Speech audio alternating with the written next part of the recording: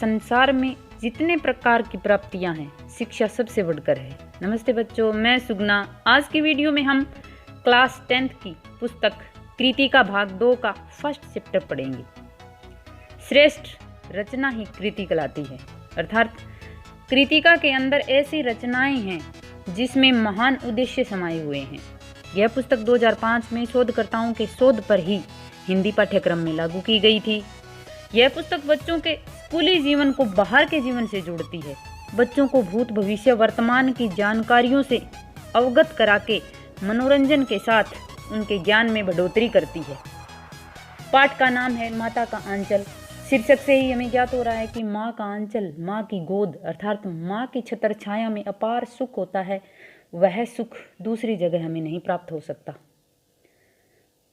माता का आंचल शिव पूजन सहाय के उपन्यास देहाती दुनिया का एक अंश है, जिसमें लेखक ने ग्रामीण जीवन के बच्चे के प्रति माता पिता के वात्सल्य का सजीव वर्णन किया है कि पिता चाहे बच्चे से कितना ही लगाव, चाहे कितना ही प्रेम क्यों न जताए, पर वह अपनी सुरक्षा माँ के ही पास पाता है। माता के आंचल में लेखक ने अपनी बाल्यावस्था के द्वारा माँ के आंचल की गरिमा तथा ग्राम्य संस्कृति का अनूठा चित्रण किया है। जहाँ लड़कों का संग तहाँ बाजे मृदंग, जहाँ बूढ़ों का संग तहाँ खर्चे का तंग। लेखक ने इन पंक्तियों से पाठ की शुरुआत की है कि जहाँ लड़के होते हैं, जहाँ बच्चे होते हैं, साथ साथ में वहाँ मृदंग एक वाद्य यंत्र की, वहाँ शोर शराबा खेलकूद की बातें होती है, मौज मस्ती की। और जहाँ बूढ़े साथ में बैठे रहते हैं, वो खर्चे की बातें करते रहते हैं, तंगी की बातें करते रहते हैं। हमारे पिता, हमारे यहाँ कौन? लेखक। आत्मकथात्मक शैली। लेखक ने कहा कि मेरे पिताजी तड़के यानी सुबह उठकर निपट नहाकर पूजा करने बैठ जाते। सुबह नहा धोकर ही जल्दी ही पूजा करने बैठ जाते थे। हम बचपन से ही उनके अंग लग गए थे, बचपन से ही अपने पिता के क्लोज थे। वो माता से केवल दूध पीने तक का ही नाता था, इसलिए पिता के साथ ही हम भी बाहर की बैठक में ही सोया करते थे। पिताजी के साथ ही सोते थे वो। वह अपने साथ ही हमें भी उठाते और साथ ही नहला धुलाकर पूजा पर बिठा लेते थे। उनके साथ साथ ही पूजा करते थे, वो उनके साथ ही उठते थे। हम भभूत का तिलक लगा देने के लिए उनको दिक करने लगते। दिक यानी कि जिद करते कि मेरे माथे पे टीका लगा दो, तिलक लगा दो। कुछ हंसकर, कुछ झुंझलाकर और कुछ डांटकर वह हमारे चौड़े लीलार में त्रिपुंड कर देते थे। लीलार माथा, त्रिपुंड 3 आड़ी रेखाएं अर्ध चंद्रमा की तरह कि माथे के ऊपर वो इस तरह से तिलक बना देते। हमारे लीलार में भभूत खूब खुलती थी, बड़ी सुंदर लगती थी हमारे माथे पे भभूत। सिर में लंबी लंबी जटाएं थी, लंबे लंबे बाल थे। लेखक के भभूत रमाने से हम खासे बम भोला बन जाते। बम भोला कौन? शिव शंकर की। खासे मतलब लगभग हम शिव जी की तरह लगने लग जाते थे। पिताजी हमें बड़े प्यार से भोलानाथ कहकर पुकारा करते थे। लेखक का बचपन का नाम भोलानाथ था, उनके पिता ने दिया था कि इस तरह से उनकी जो शकल बनती थी भभूत लगाने से, लंबी लंबे बालों के कारण वो उनको भोलानाथ कहते थे। पर असल में हमारा नाम था तारेश्वरनाथ। अब भी उनको बाबूजी कहकर पुकारा करते थे। माता को मैया, लेखक अपने पिता को बाबू और माँ को मैया कहते थे। जब बाबूजी रामायण का पाठ करते तब हम उनके बगल में बैठे बैठे आईने में अपना मुंह निहारा करते थे। जब उनके पिताजी पूजा करते थे, वो पास में शीशे में अपना मुंह देखते थे। जब वह हमारी ओर देखते तब हम कुछ लज्जा कर और कुछ मुस्कुराकर आईना नीचे रख देते। वह भी मुस्कुरा पड़ते। शर्म के मारे जब पिताजी उनकी तरफ देखते तो वो कहते थे कि हम शीशा नीचे रख देते। पूजा पाठ कर चुकने के बाद वह राम नाम लिखने लगते। पिता की धार्मिक प्रवृत्ति का वर्णन करते हुए लेखक बताते हैं कि मेरे पिताजी पूजा पाठ करने के बाद राम नाम लिखते थे। अपनी एक रामनामा बही, रामनामा बही यानी कि एक नोटबुक बना रखी थी रामनामा के नाम से। उस पर 1000 राम नाम लिखते थे और उसे पाठ करने की पोथी के साथ बांध कर रख देते थे। फिर 500 बार कागज के छोटे छोटे टुकड़ों पर राम नाम लिखकर आटे की गोलियों में लपेटते और उन गोलियों को लेकर गंगा जी की ओर चल पड़ते। यानी कि मछलियों को खाने के लिए वो आटे की गोलियां बनाते थे और उन गोलियों के ऊपर कागज के छोटे छोटे टुकड़े लगाते थे और उन टुकड़ों पर 500 बार वो राम का नाम लिखते थे। उस समय भी हम उनके कंधे पर विराजमान रहते थे। जब वह गंगा में एक एक आटे की गोलियां फेंककर मछलियों को खिलाने लगते तब भी हम उनके कंधे पर ही बैठे बैठे हंसा करते थे। जब वह मछलियों को चारा देकर घर की ओर लौटने लगते तब बीच रास्ते में झुके हुए पेड़ों की डालों पर हमें बिठाकर झूला झुलाते थे। जब कहीं भी उनके पिताजी जाते थे, लेखक उनके साथ साथ जाते थे और उन्हें खूब खिलाते थे वो। कभी कभी बाबूजी हमसे कुश्ती भी लड़ते थे। बाल क्रियाओं का सुंदर वर्णन लेखक ने यहाँ किया है कि किस प्रकार एक पिता अपने बच्चे के साथ बच्चा होकर के खेलता है। वह स्थिर होकर हमारे बल को बढ़ावा देते। कमज़ोर जानबूझ के कमज़ोर हो जाते हैं उनके पिताजी सामने, हम उनको पछाड़ देते कि वो अपने बच्चे से हार जाते। यह उतान उतान होता पीठ के बल लेटना, कि यह उतान पड़ जाते और हम उनकी छाती पर चढ़ जाते। जब हम उनकी लंबी लंबी मूँछें उखाड़ने लगते तब वह हंसते हंसते हमारे हाथों को मूँछों से छुड़ाकर उन्हें चूम लेते थे। फिर जब उनसे खट्टा और मीठा चूमा मांगते तब हम बारी बारी कर अपना बायां और दाहिना गाल उनके मुंह की ओर फेर देते। बाएं का खट्टा चूमा लेकर वह दाहिने का मीठा चूमा लेने लग जाते। तब अपनी दाढ़ी या मूंछ हमारे कोमल गालों पर गड़ा देते। हम झुंझुलाकर फिर उनकी मूंछें नोचने लग जाते। इस पर वह बनावटी रोना रोने लग जाते और हम अलग खड़े खड़े खिलखिलाकर हंसने लग जाते। किस प्रकार पिता अपने बच्चे के साथ जो खेलने की एक्टिंग करते हैं, किस प्रकार उनसे प्यार जताते हैं, लेखक ने बड़ा सुंदर वर्णन किया है। बिल्कुल दृश्य बिंब हमारी आंखों के सामने आ गया है। उनके साथ हंसते हंसते जब हम घर आते तब उनके साथ ही हम भी चौके पर खाना खाने बैठ जाते। जब वो वापस आते तो आते ही खाना खाने के लिए वो चौके पर बैठते और जो लेखक थे वो उनके साथ ही बैठते।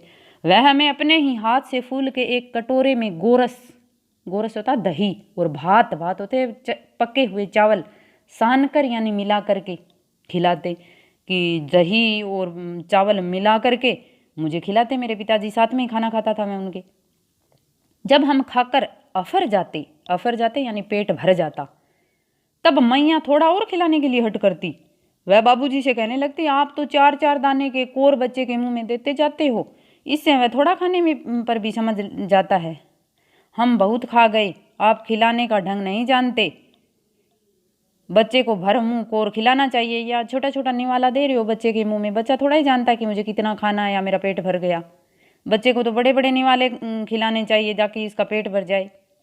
जब खाएगा बड़े बड़े कोर तब पाएगा दुनिया में ठोर। इस तरह से उनकी माँ है वो बात करती कि जब बड़े बड़े नवाले खाएगा यानी भरपेट खाना खाएगा तभी ठोर होता ठिकाना, यानी कि दुनिया में अपनी जगह बनाएगा, मजबूत बनेगा। देखिए मैं सिखाती हूँ। अब उनके पिताजी से कहती, देखो कैसे बच्चे को खाना खिलाती है, देखो। मर्दुए क्या जाने कि बच्चों को कैसे खाना खिलाना चाहिए, और महतारी के हाथ से खाने पर बच्चों का पेट भी भरता है। महतारी माता, मर्दुए पुरुष, यानी कि आदमियों को नहीं पता होता कि बच्चों को कैसा खाना खिलाना चाहिए। पिता खाना बच्चों को नहीं खिला सकता, माँ को ही पता होता है कि बच्चे कितना खाना खाएंगे और किस प्रकार से खाएंगे। यह कहकर वह थाली में दही पात शांति दही और जो चावल है वो मिलाकर अलग अलग तोता मैना कबूतर हंस मोर आदि की बनावटी राम नाम से कोर बनाकर यह कहते हुए खिलाती जाती कि जल्दी खा लो नहीं तो वे उड़ जाएंगे। पर हम उन्हें इतनी जल्दी उड़ा जाते कि उड़ने का मौका ही नहीं मिलता, कि उनकी माँ इस तरह खाना खिलाती कि एक कोर जैसे एक निवाला ले लिया कि ले लो नहीं तो तोता उड़ जाएगा, वो जल्दी से खा लेते कि मैना उड़ जाएगी खा ले। इस तरह से माँ किस प्रकार बच्चे को समझा बुझा कर खाना खिलाती है, उनका वर्णन लेखक ने यहाँ किया है कि मेरी माँ भी इसी प्रकार खाना खिलाती और मैं जल्दी से खाना खा भी लेता। जब हम सब बनावटी चिड़ियों को चट कर जाते तब बाबूजी कहने लगते, अच्छा अब तुम राजा हो जाओ खेलो। कि जब मैं भर पेट खाना खा लेता तब पिताजी कह गए, अब बड़े समझदार हो गए हो, राजा बन गए हो, जाओ खेलो। बस हम उठकर उछलने कूदने लग जाते। फिर रस्सी में बंधा हुआ काठ का घोड़ा लेकर नंग धड़ंग बाहर गली में निकल जाते कि नंगे पैर ही हम, जैसे ही पिताजी कहते खेल लो, खुशी खुशी अपना जो खिलौने हैं वो लेकर गली में खेलने के लिए चल पड़ते। जब कभी मैया हमें अचानक पकड़ पाती तब हमारे लाख छटपटाने पर भी एक चुल्लू कड़वा तेल हमारे सिर पर डाल ही देती थी। कड़वा तेल यानी कि सरसों का तेल, कि उनकी माँ उनके सिर के ऊपर तेल की मालिश करने के लिए पकड़ करके ले आती और लेखक क्या है छटपटाते लग जाते कि मैं मालिश नहीं करवाऊंगा। हम रोने लगते और बाबूजी उस पर बिगड़ खड़े होते।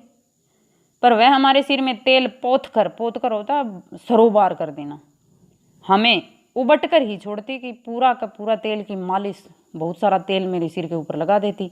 फिर हमारी नाभि और लीलार में काजल की बिंदी लगाकर चोटी गूंथती और उसमें फूलदार लट्टू बांधकर रंगीन कुर्ता टोपी पहना देती। हम खासे कन्हैया बनकर बाबूजी की गोद में सिसकते सिसकते बाहर आते थे कि जबरदस्ती उनका साग श्रृंगार है वो उनकी माँ करती थी कि पहले तेल लगाती, फिर नाभि के अंदर और लीलार माथे के ऊपर जो काजल की जो टीका लगाती है। हर माँ हम देखते हैं सभी बच्चों के इस तरह से काजल के जो टीके होते हैं माथे के ऊपर नाभि के ऊपर लगाते हैं, उसी प्रकार लेखक की माँ भी लगाती थी।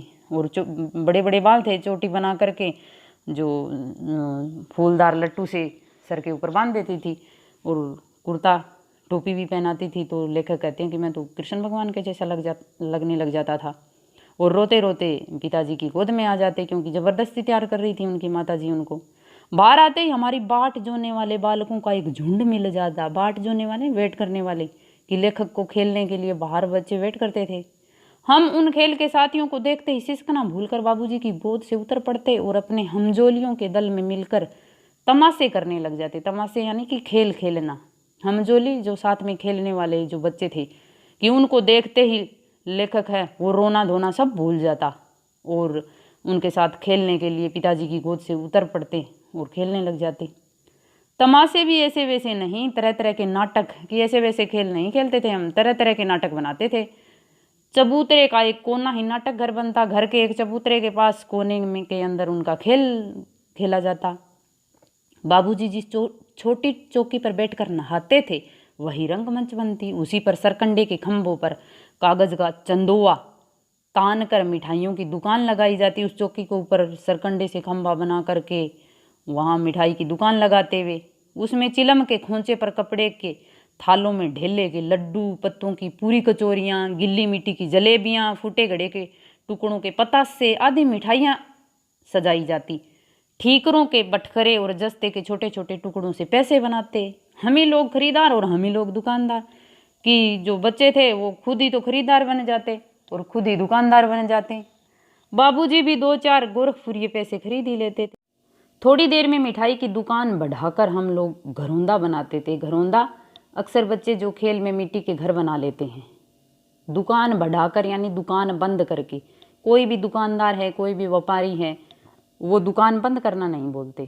यही बात लेखक ने यहाँ बताई है कि हम जो खेल वाली दुकान थी उसको बंद कर देते, उस खेल से उब जाते तो दूसरा खेल खेलना शुरू कर देते। धूल की मेड़ दीवार बनती, तिनकों का छप्पर बनता, दांतुन के खंभे और दियासलाई की पेटियों के हम किवाड़ बनाते थे। गड़े के मूड़े, फूटा हुआ गड़ा होता है उसके मुंह वो जो गोल गोल होता है उसको मूड़े लेखक ने कहा है कि उसकी हम चूल्हा चक्की बनाते और दिए की हम कढ़ाई बनाते। बाबूजी की जो पूजा वाली आचमनी थी उसकी हम कलछी बनाते थे।